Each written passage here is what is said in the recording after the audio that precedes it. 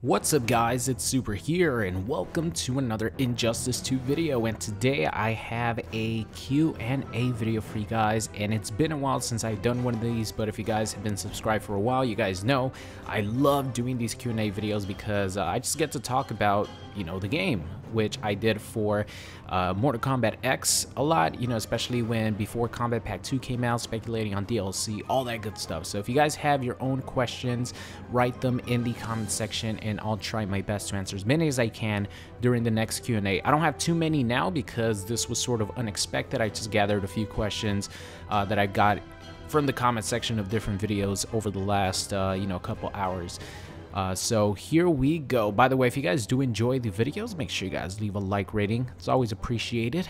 Alright, so the first question comes from Josh, and he asks, would I like Static as DLC, and have you seen his concept art? And the answer to both of those questions is yes. I've seen the concept art, and of course, I would love Static to be DLC for Injustice 2. If not, at least a premiere skin or something, but I think, Static would have such a cool, unique gameplay that he deserves to be his own character, and I would love to see him as DLC.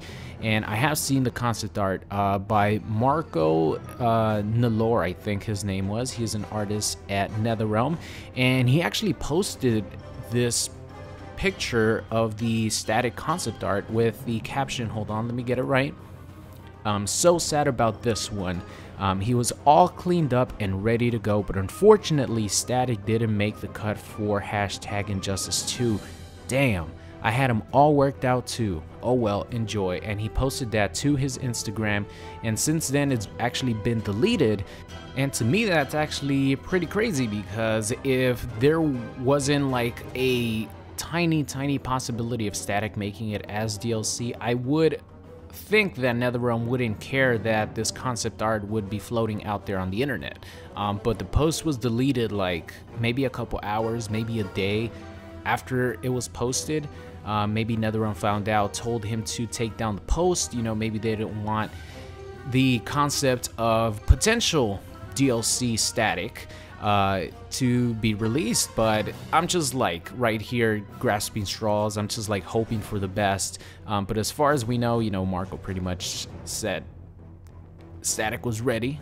All the concept art, he had them all worked out, meaning that all his designs, probably gear as well, or just the character was complete pretty much, and he just didn't make the cut. So if the character was complete, I really do not see a reason for the character not to make it as DLC, but of course we have to wait and see.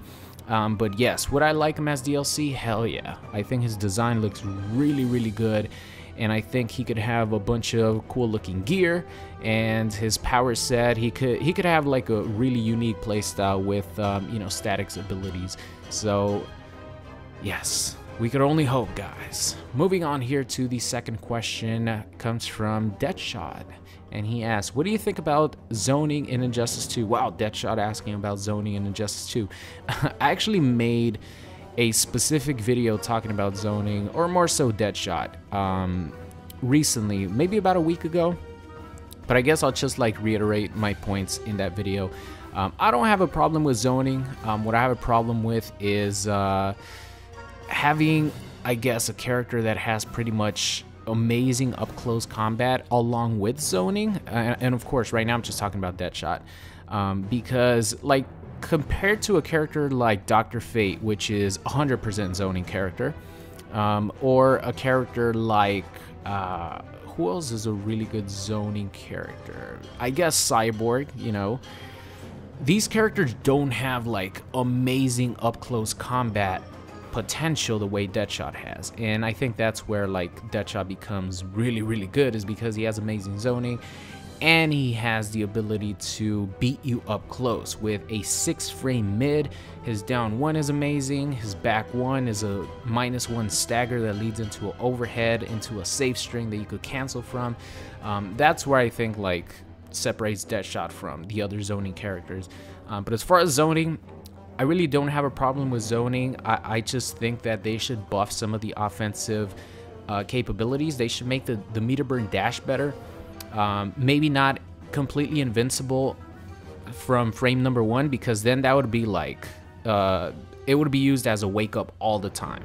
Like people would use it as a wake up. If it was completely invincible from frame 1, it would be used as a wake up. So maybe make the, I don't know, last couple of frames invincible, like, because I find myself at times whenever I try to meter burn dash to close the gap on zoning characters like Dr. Fate, a lot of times I dash up, I do the meter burn dash, and I land right in front of him, and he hits me with a projectile. So I pretty much wasted a bar of meter. I lost life, and I got hit with the projectile, meaning that Dr. Fate is plus on hit, you know, meaning it's his turn to play offense. He could backdash, he could throw another projectile, he could try to, you know, go in for some offense. I just think they should make it a little bit easier to get in on zoners. Also, not have zoning characters maybe build as much meter as they do. It would be hard to do, because like every time you shoot out a projectile or you do a special move, you gain a little bit of meter. So I don't know if they could like tell the difference of a character using one of his projectiles to one of his normal moves, you know. So that might be a little bit hard, but maybe have the offense or have the defensive player actually build meter on block is another suggestion that I saw a lot of people say, and that would actually help out, because you would get more meter burn dashes, and you would get, you know, sort of rewarded for like walking in, ducking, blocking, being a little bit patient. So there's definitely stuff that could be done to help out with getting in on zoners. But as far as like zoning, I really don't see too much of a problem with it, because zoning is a legitimate strategy to help you win matches. Is it fun to watch? Is it frustrating? It's not fun to watch, first of all, and absolutely it's frustrating, but it's definitely something that has been around in fighting games for, you know, forever. Now the people who actually like all they know how to do is shoot projectiles and spam and all that, eventually, like I've said before, you're gonna get in on them. They're not gonna know what to do, and you're gonna wreck them. Unless, you know, maybe you make a couple mistakes and they get away from you, which has happened to me before. Really frustrating. But for the majority, like if someone's just relying on projectiles, eventually you're gonna get that touch, and you're gonna send them to the corner. You're gonna start your offense, and it's gonna be party time. So I'm looking forward to see what they're gonna do. With Deadshot, with Dr. Fate. I don't think that they're going to touch him too much. Maybe make his projectile high, something like that. I don't know. But I wonder what they're going to do to help counteract the zoning in Injustice 2, because it is very zoner heavy at the moment. Moving on here, Ray asks, if you could pick one DLC character out of all the DC universe, who would it be? And Ray, I have answered this question before. Don't know if you're a new subscriber. If you are, welcome. But my #1 DLC character, no matter what, I don't care if you give me Spawn, I don't care if you give me Constantine, any character, I don't care if this specific character is in Injustice 2. And of course, I'm talking about Dr. Manhattan.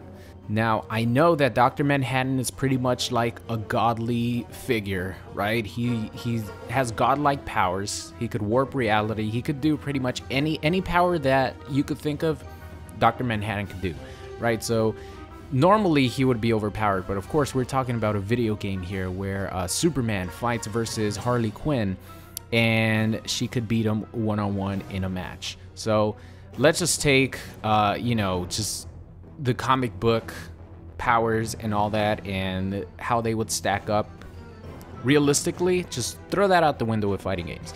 And I think Dr. Manhattan, like I said, could have the most fun playstyle out of any character, just because he has access to so many like powers. He could teleport, he could just, I don't even want to start like imagining how Dr. Manhattan could play, but he could be like a rushdown character, he could be a keep away character, he could be a hybrid.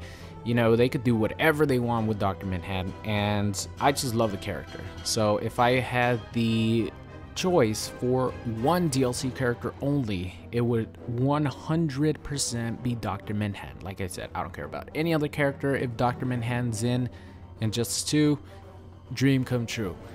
So there you guys have it. Let me know in the comment section who you guys would pick as the #1 character from the DC universe. So a couple more questions here. Lance asks, have you found Injustice 2 harder to learn than Mortal Kombat X? And the answer is not really, and not because the game is easier, it's just because I have the experience from playing Mortal Kombat X. So I sort of know like the NRS sort of mechanics and spacing and how you're supposed to play NetherRealm games, that it's been pretty easy to pick up Injustice 2. I did go back to play Injustice 1 a tiny bit, not too much, just because I was, you know, playing Mortal Kombat X primarily. So I got familiar with like the meter burn back 3s and the clash system and all that stuff. So I was sort of prepared when Injustice 2 came out, and of course we had the beta, which I was able to get into, and I got familiar with the game there. So now when the game actually comes out, I could learn characters pretty easily just by like understanding the mechanics of Injustice 2 and knowing what to expect. And once you know like the mechanics and how things work, it's pretty easy to learn characters. It's just, you know, you figure out what are the strengths and weaknesses of that character and learn the frame data, learn the buttons and like the important combos. You don't have to learn every single combo, just learn the important combos and then move on from there. So I would definitely say MKX was harder to learn for me, just because it was like my first fighting game in years that I actually took seriously. But I do think that Injustice 2 is harder to learn than MKX, or harder to be good at than MKX, and harder to like do very well, just because there's a lot more defensive options and a lot more things that you have to consider, like unblockable, interactable, stuff like that. So last couple here, Dan asks, are you going to learn all characters in Injustice 2? The answer is maybe. There's a couple that I really have no interest in playing, but I will probably eventually end up playing them, so I guess the answer is yes. But it might take a while for me to learn every single character. Last question comes from Qual, and he asks, which character do you think has the best gear? And I think the Flash has the best gear. The Flash, Batman, Harley Quinn, who else has really cool gear? Blue Beetle actually has really cool gear. These characters have amazing looking gear. I think those are like the top tier of gear in Injustice 2. But if I had to choose only one, it would probably be the Flash, because he has a lot of like cool different looks that you could do with him. So that is going to be the end of today's Q&A video. I hope you guys enjoyed it, and I will see you guys next time. What's going on? It's Super here, and thank you for watching today's video. I hope you enjoyed it. If you did, make sure you guys subscribed if you are not already. Also, check out any of these videos linked at the top. Thank you for watching, and I will see you guys next time.